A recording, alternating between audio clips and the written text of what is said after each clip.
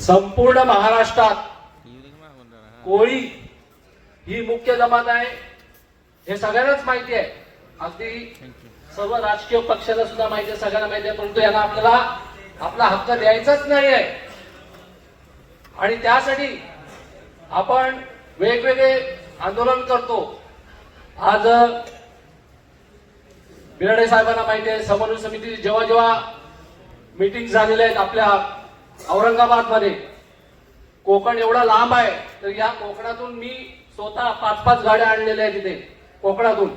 आणि आता कोकणाच्या जवळ तर मुंबईच आहे, लक्षात घ्या. आणि त्या पद्धतीने आमचं आता नियोजन सुरू आहे. 25 तारखेला 25 डिसेंबरला दत्ताभाऊंची आमची मुंबईमध्ये मीटिंग झाली.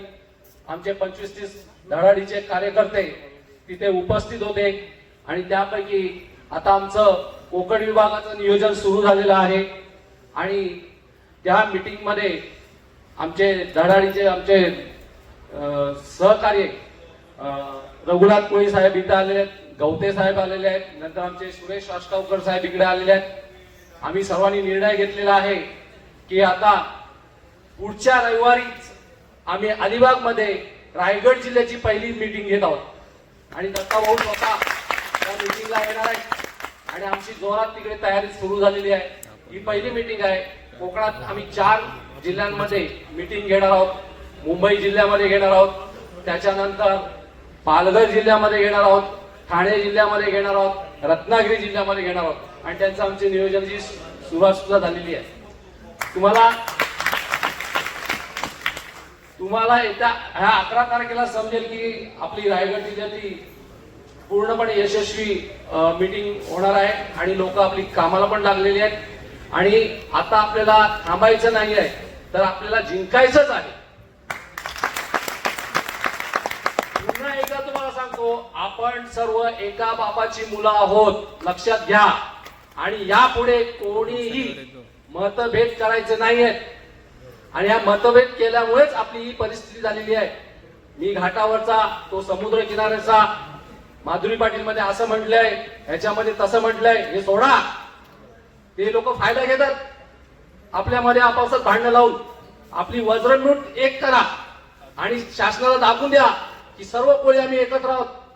मग कोणाची विषाद आहे की आपल्याला नाकारण्याची. आणि हेच आपण आता मुंबईमध्ये करणार आहोत. सर्व आपण एकत्र आहोत. आणि काय मला सुचवायचं आहे, आपण तिथे जेव्हा मुंबईची तुंबई करायला जाणार आहोत तिथे एक विदारक असं दृश्य दिसलं पाहिजे. मी तर म्हणलं आपण एकत्र जेवण करण्यापेक्षा आपली जर कुटुंब घेतलीत आणि तिथं जर आपण लाकड्या चुल्या हे करून आपण तिथं अन्न शिजवलं तर एक वेगळं चित्र निर्माण होईल. आपण एकत्रित काय आपण सहभोजनाला जात नाही तिथे. आपण इथे सहभोजनाला जात नाहीत. आपण आपले कुटुंब, आपण आपले बाजू प्रत्येकाने जर आपण एक एक गट केला आणि रस्त्यावरच जर आपण जेवण बनवलं, रस्त्यावरच जर आपण सगळं केलं, ही जर परिस्थिती शासनाला दिसली तर शासनाला थोडंफार लाज वाटेल.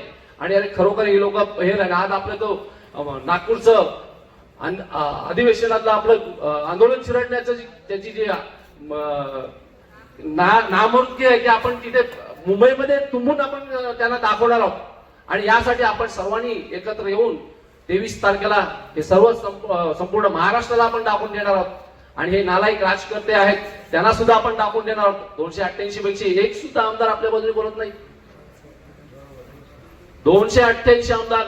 डॉक्टर बाबासाहेब आंबेडकरांनी आपल्याला आरक्षण दिलंय, समाजाला दिलंय आरक्षण, कुठल्या राजकीय पक्षाला नाही. थोडस आत्मचिंतन करा की आपल्या समाजामध्ये राजकीय पक्ष घुसवलं कोणी आणि तेच आपलं हे करतायत.